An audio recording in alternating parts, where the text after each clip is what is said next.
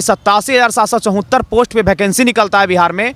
दिखाने का लिए डाटा तो इतना बड़ा होता है, लेकिन फाइनल ज्वाइनिंग होते होते 50% से भी लगभग 60% तक डाटा को बचा लिया जाता है। बाकी अगले वैकेंसी में ट्रांसफ़र करने का खेल खेला जाता है। शिक्षा मंत्री से हम लोग 6 बार मिल चुके हैं, 7 बार। अभी शिक्षा मंत्री जो है बोलते हैं कि हम विचार कर रहे हैं। महोदय कब तक विचार कीजिएगा? समान अंक वाले को उक्ति पत्र मिलेगा गांधी मैदान में, हम लोग उतना ही मार्क्स लेके आज 48 दिन से बैठे हुए हैं। कहाँ का न्याय है? एक तरह से समझिए कि सरकार हम लोग से दुश्मनी निकाल रही है। मल्टीपल काउंसलिंग का ना TRE 1 में प्रावधान था, ना TRE 2 में प्रावधान था। अब अगर सरकार चाहेगी ना तो मल्टीपल काउंसलिंग के अलावा मल्टीपल जॉइंट लेटर भी बांट देगी। नमस्कार, मैं संजना, आप देख रहे हैं बिहार तेज खबर। देखिए, BPSC TRE के छात्र अभी भी गर्दनीबाग धरना स्थल पर धरना पर बैठे हैं। सप्लीमेंट्री रिजल्ट की मांग को लेकर इस वक्त वो धरना स्थल पर मौजूद है। अभी तक उनकी मांगों को नहीं सुना गया। क्या कुछ कहा गया है, शिक्षा विभाग से कोई बातचीत हुई भी है या नहीं, उनके बीच मौजूद है, उनसे ही जानते हैं। कितने दिन हो चुके हैं आप लोगों को यहाँ? देखिए, धरना पर बैठे हुए हम लोग का आज 48वां दिन है। 48 डेज हो चुका हम लोग का। और देखिए, अभी तक में लगातार लगभग हम लोग 7-8 बार माननीय शिक्षा मंत्री से हम लोग व्यक्तिगत रूप से हम खुद मिल चुके हैं।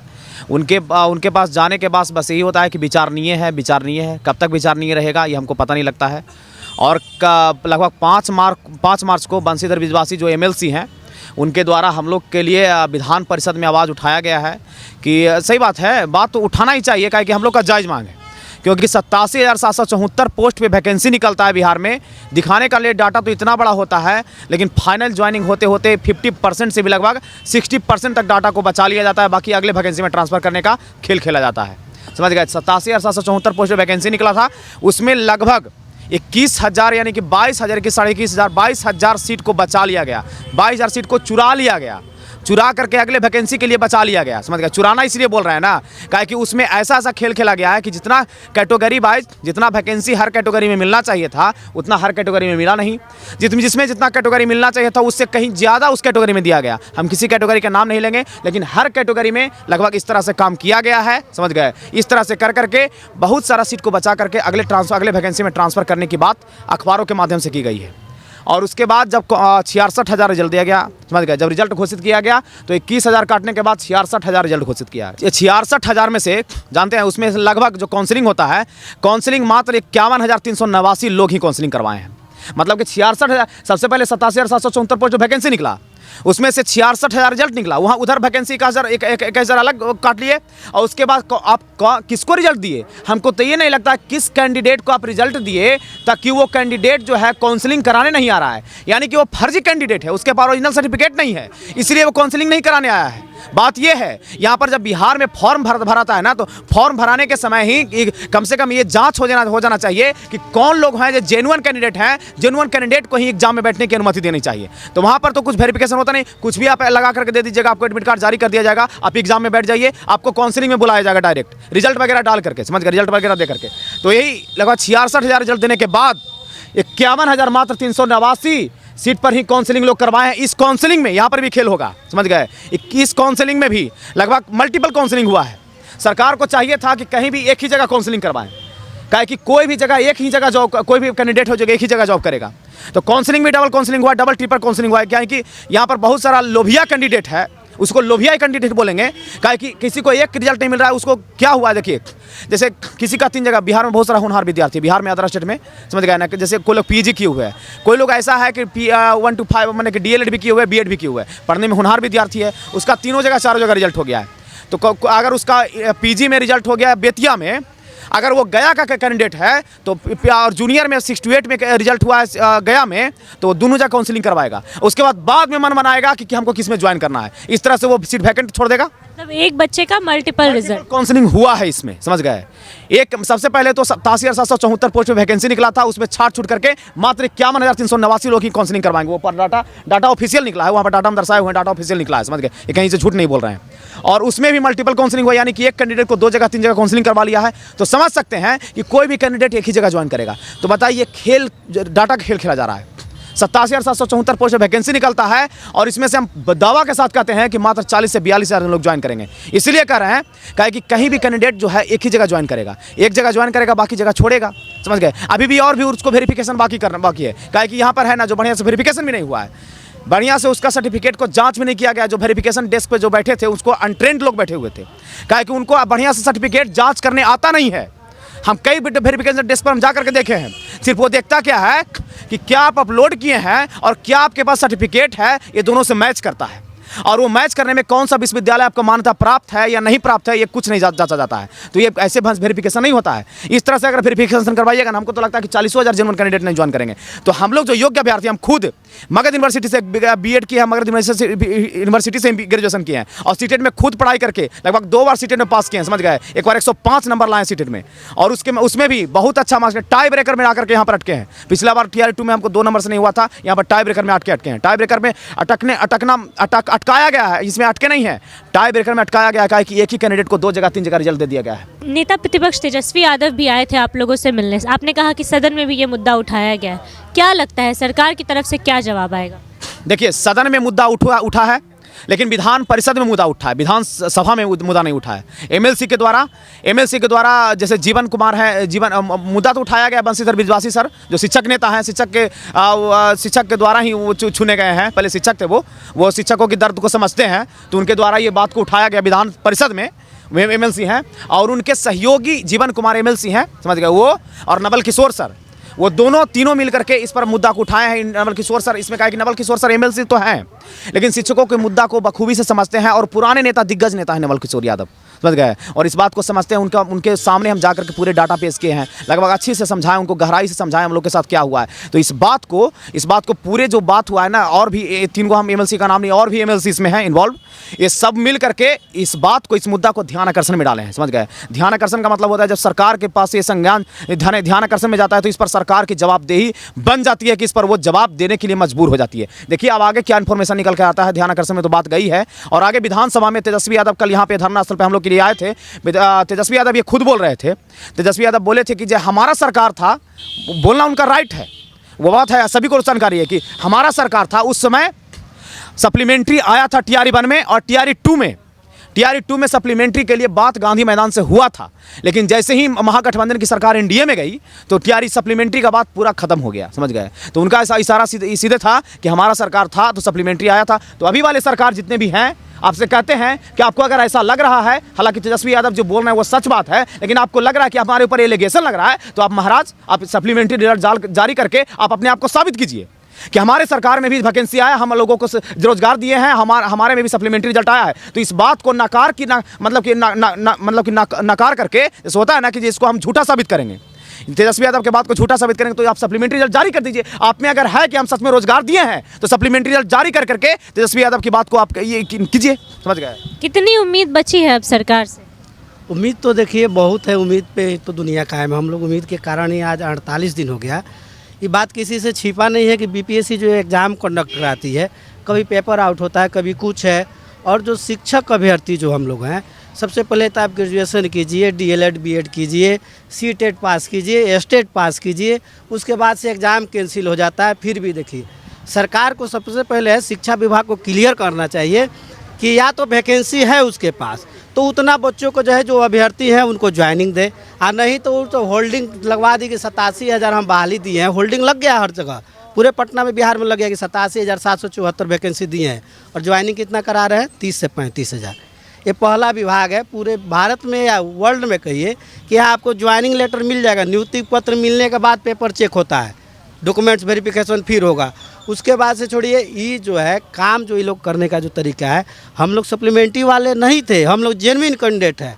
हमारा जो है हमको जानबूझ के सप्लीमेंट्री के लिए यहाँ पे बैठाया गया, सेम मार्क्स है, सीट खाली है, फिर भी हमको यहाँ पे आज 48 दिन से बैठना पड़ रहा है। कहीं ना कहीं ये शिक्षा विभाग की जो है बिहार सरकार की नीतियों के कमी के कारण हम लोग आज 48 दिन से, देखिए होली भी आने वाला है, हम लोग के लिए होली दिवाली कोई मायने नहीं रखता है। हम लोग यहीं पे हैं, सभी नेताओं से हमने जाके आग्रह किया, जो अधिकारी हैं जो शिक्षा विभाग से अधिकृत, इवन कि शिक्षा मंत्री से हम लोग 6 बार मिल चुके हैं, 7 बार। अभी शिक्षा मंत्री जो हैं बोलते हैं कि हम विचार कर रहे हैं। महोदय कब तक विचार कीजिएगा? समान अंक वाले को उक्ति पत्र मिलेगा गांधी मैदान में, हम लोग उतना ही मार्क्स लेके आज 48 दिन से बैठे हुए हैं। कहाँ का न्याय है? ये कैसी आपकी सरकार है? शिक्षा मंत्री अगर आपसे नहीं होता है तो आप इस्तीफा दे दीजिए। ऐसे शिक्षा मंत्री को हम लोग क्या करेंगे रख कर, जो हमारे जो काम को, हमारे दुख दर्द को, पीड़ा को ना समझे। समान अंक लेके या फिर भी हम लोग जॉब के लिए कल नियुक्ति पत्र मिलेगा, हम लोग यहाँ बैठे रहेंगे।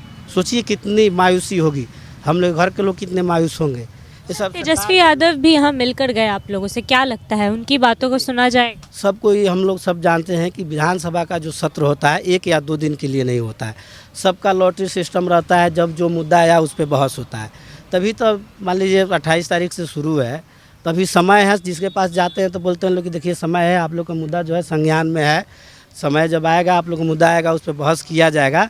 लेकिन माननीय जो नेता जो है नीतीश कुमार जो है मुख्यमंत्री या शिक्षा मंत्री है, वैकेंसी तो इनके द्वारा दिया गया है, तेजस्वी जी तो दिए नहीं है। तो शिक्षा विभाग क्लियर करे कि मेरे पास या तो वैकेंसी नहीं है या वैकेंसी है तो उतना नियुक्ति पत्र दे, उतने लोगों को ज्वाइन कराए। ये पहला ऐसा जो है राज्य है यहाँ पे मल्टीपल काउंसिलिंग होता है। देखिए पहले ये लोग बोला कि 66,000 हम दे रहे हैं नियुक्ति पत्र, हम लोगों ने आंदोलन शुरू किया तब ये लोग आया कि ना हम 51,389 दे रहे हैं, उसमें भी मल्टीपल रिजल्ट है। इसमें से लगभग 15 से 16,000 बच्चे छटेंगे। और ऐसा खेल खेला जा रहा है बिहार में, ये जो है नौकरी के नाम पे शिक्षा विभाग में फर्जी कैंडिडेट जो है उसको जानबूझ के ही लोग लगता है कि देता है कि चलिए इसको शॉर्ट लिस्टेड कीजिए, मेरिट में लाइए, क्योंकि ऐसा ही है कि सीट छोड़ के भागने वाला है। जेन्युइन कैंडिडेट को लाइएगा तो एक सीट तो ले लेगा, तो वही है। फर्जी वाला जो है काउंसलिंग कराने नहीं जाता है, उसके चलते सीट खाली है। तो कहीं ना कहीं शिक्षा विभाग हम लोग के साथ तो अन्याय कर रही है। बिहार की सरकार जो है नीतीश कुमार जो विकास की सरकार जो है, विकास पुरुष जो है, ये कहीं ना कहीं हम लोग का अन्याय कर रहे हैं। हम लोग का जो भविष्य जो है ये अंधकारमय कर रहे हैं, क्योंकि शिक्षक अभ्यर्थी जो है हम लोग का जो ये लास्ट ऑप्शन होता है, चारों तरफ से जो थक जाता है ना, वही लास्ट में शिक्षक अभ्यर्थी बनने के लायक रहता है। इसके बाद हम लोग कहीं जाने लायक नहीं रहेंगे। थोड़ा सा महोदय ध्यान दीजिए हम लोग पे, शिक्षा मंत्री थोड़ा सा ध्यान दीजिए, ऐसे काम नहीं चलेगा। आप तो लगता है कि एकदम सुप्तावस्था में चले गए हैं। हम भी बिहार के बच्चे हैं, हमारा भी उतना ही अधिकार है जितना सबका अधिकार है। अच्छा, आजकल डोमिसाइल नीति बहुत चर्चे में आ गई है बिहार की, तो क्या लगता है वो कहीं ना कहीं असर करती है इन नौकरियों को पे? सबसे पहले TRE 1 जब आया था तो उस समय डोमिसाइल लगा हुआ था बिहार में।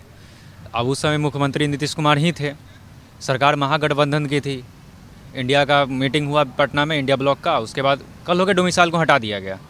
उसके पहले डोमिसाइल को हटने के लेकर कोई चर्चा नहीं था।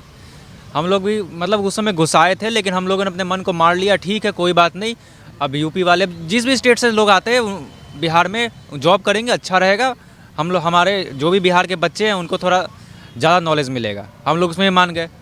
फिर उन लोगों ने बोला TRE 2 का एग्ज़ाम हुआ, TRE 2 में उन्होंने बोला भाषा हड़ता ख़त्म कर देंगे, हम लोगों ने उसका विरोध किया, फिर हम वो लोग भी मान गए। TRE 3 में उन्होंने क्या किया, TRE 3 में पहले मल्टीपल काउंसलिंग नहीं होता था। जब से हम लोग ने धरना शुरू किया ना, मल्टीपल रिजल्ट तो होता था, लेकिन जब से हम लोग ने धरना शुरू किया इन्होंने प्रावधान ला दिया कि नहीं अब मल्टीपल काउंसलिंग भी करवाएंगे। जैसे कि वो लोग चाह रहे हैं कि हम लोग अभी और संघर्ष करें। एक तरह से समझिए कि सरकार हम लोग से दुश्मनी निकाल रही है। मल्टीपल काउंसलिंग का ना TRE 1 में प्रावधान था ना TRE 2 में प्रावधान था। अब अगर सरकार चाहेगी ना तो मल्टीपल काउंसलिंग के अलावा मल्टीपल जॉइंट लेटर भी बांट देगी।